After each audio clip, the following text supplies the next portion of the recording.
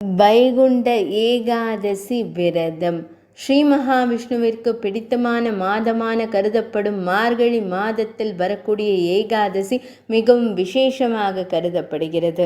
மார்கழி மாதத்தின் வளர்பிறையில் வரும் ஏகாதசி இருக்கக்கூடிய அனைத்து ஏகாதசிகளிலும் மிகவும் முக்கியமானதாக கருதப்படுகிறது. அந்த ஏகாதசி திருநாள்தான் வைகுந்த ஏகாதசி விரதம் என்று பக்தர்களால் கொண்டாடப்பட்டு வருகிறது. ஏகாதசி திருநாளுக்கு சமமான விரதம் ஒன்று இங்கு கிடையாது. மார்கழி மாதத்தில் வளர்பிறை நாளில் வரக்கூடிய ஏகாதசி ஸ்ரீ மகாவிஷ்ணுவின் நேரடி அருளை பெற்றுத்தரும் என்பது ஐதீகமாக இருந்து வருகிறது. ஏகாதசி விரதம் கடைபிடிப்பது அஸ்வமேத யாகம் செய்த பலனை கொடுக்கும் என்பது ஐதீகமாக இருந்து வருகிறது. இன்று கொண்டாடப்பட இருக்கும் வைகுந்த ஏகாதசியில் ஸ்ரீ மகாவிஷ்ணு வழிபாடு. விஷ்ணு பகவானுக்கு உகந்த பண்டிகை தினமாக வைகுந்த ஏகாதசி திகழ்ந்து வருகிறது.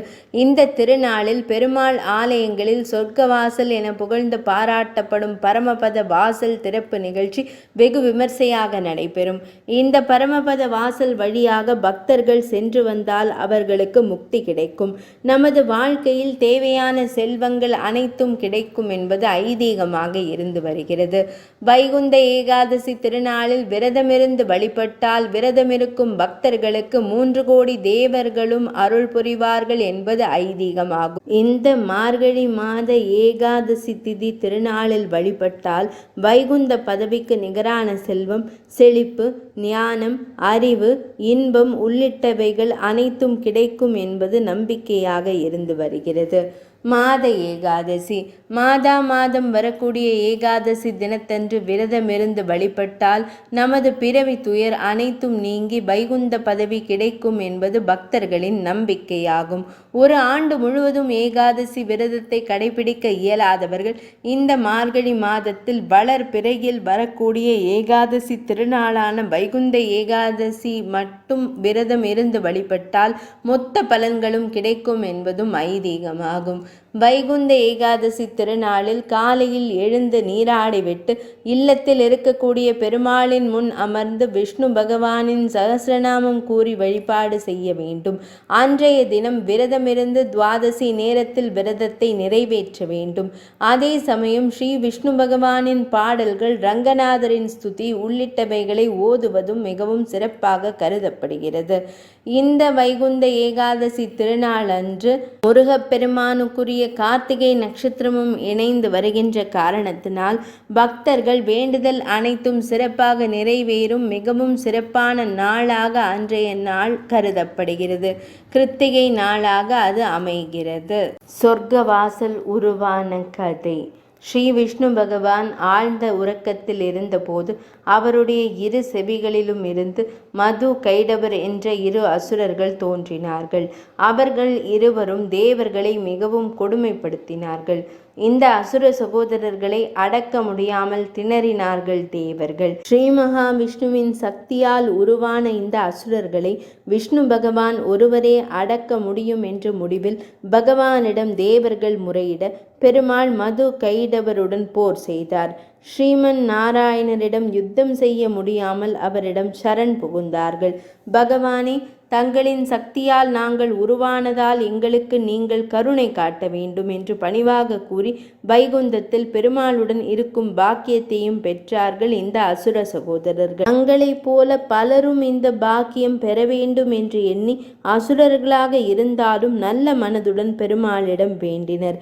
எம்பெருமானே, தாங்கள் வைகுந்த ஏகாதசி நாளில் திருவரங்க வடக்கு வாசல் வழியாக அர்ச்சாவதாரத்தில் மனித வடிவம் தாங்கள் வெளிவரும் போது தங்களை தரிசிப்பவர்களுக்கும் தங்களை பின்தொடர்ந்து வருபவர்களுக்கும் அவர்கள் தொடர்ந்து செய்த பாவங்கள், அறியாமல் செய்த பாவங்கள் யாவும் நீங்கி அவர்களுக்கு முக்தி அளிக்க வேண்டும் என்று கேட்டுக்கொண்டனர் அசுர சகோதரர்கள். அவர்களின் வேண்டுகோளை ஏற்றுக்கொண்டு வைகுந்த ஏகாதசி திருநாளன்று சொர்க்கவாசல் திறக்கப்பட்டு பெருமாள் பவனி வரும் நிகழ்ச்சி இனிதே நடைபெறுகிறது. இந்த ஏகாதசி நன்னாளில் ஓம் நமோ நாராயணாயே என்ற 8 எழுத்து மந்திரத்தை உச்சரித்து பெருமாளை தரிசித்து பாபங்கள் நீங்கி ஸ்ரீ மகாலட்சுமியின் அருளையும் பெறுவோம்.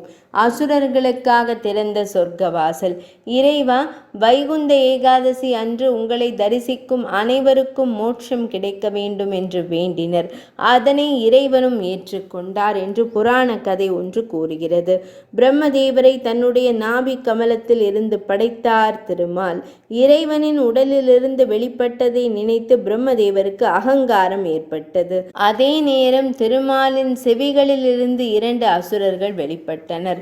அவர்கள் இருவரும் அகங்காரத்தில் இருந்த பிரம்மதேவரை கொல்ல முயன்றனர். அவர்களை தடுத்து நிறுத்திய திருமால், பிரம்மதேவரை கொல்ல வேண்டாம், உங்களுக்கு வேண்டிய வரத்தை நான் தருகிறேன் என்றார். அதனை கேட்ட அசுரர்கள் இருவரும், தாங்கள் என்ன எங்களுக்கு வரம் கொடுப்பது, நாங்களே உங்களுக்கு வரம் தருகிறோம் என்றனர். அசுரர்களான அவர்களின் அறியாமையை நினைத்து புன்னகைத்த திருமால், சரி, இப்படி அகங்காரம் கொண்ட நீங்கள் என்னால் வதம் செய்யப்பட வேண்டும், அதன் பிறகு ராட்சசர்களாகவே பிறக்க வேண்டும் என்றார். அசுரர்கள் திகைத்தனர். தங்களின் அறியாமையை எண்ணி வருந்தினர். இறைவா, எங்களுக்கு இந்த தண்டனை வேண்டாம், தங்களோடு நாங்கள் 1 மாத காலம் போரிட வேண்டும், அதன் பிறகு வதம் செய்யப்பட்டு சித்தி அடைய வேண்டும் என்று திருமாலை வேண்டினர். அவர்களின் வேண்டுதல் படியே அசுரர்களிடம் போரிட்ட திருமால் இறுதியில் அவர்களை வதம் செய்தார். வதம் செய்யப்படும் போது, இறைவா, தாங்கள் பரமபதத்தில் நாங்கள் நித்தியவாசம் செய்ய வேண்டும் என்று அசுரர்கள் இருவரும் வேண்டினர். அதன்படி அவர்கள் இறந்த பிறகு மார்கழி மாதம் வளர்பிறை ஏகாதசி நாளன்று ஸ்ரீவைகுந்தத்தில் வடக்கு வாசலை திறந்த திருமால் அதன் வழியாக அவர்களை உள்ளே அனுமதித்தார்.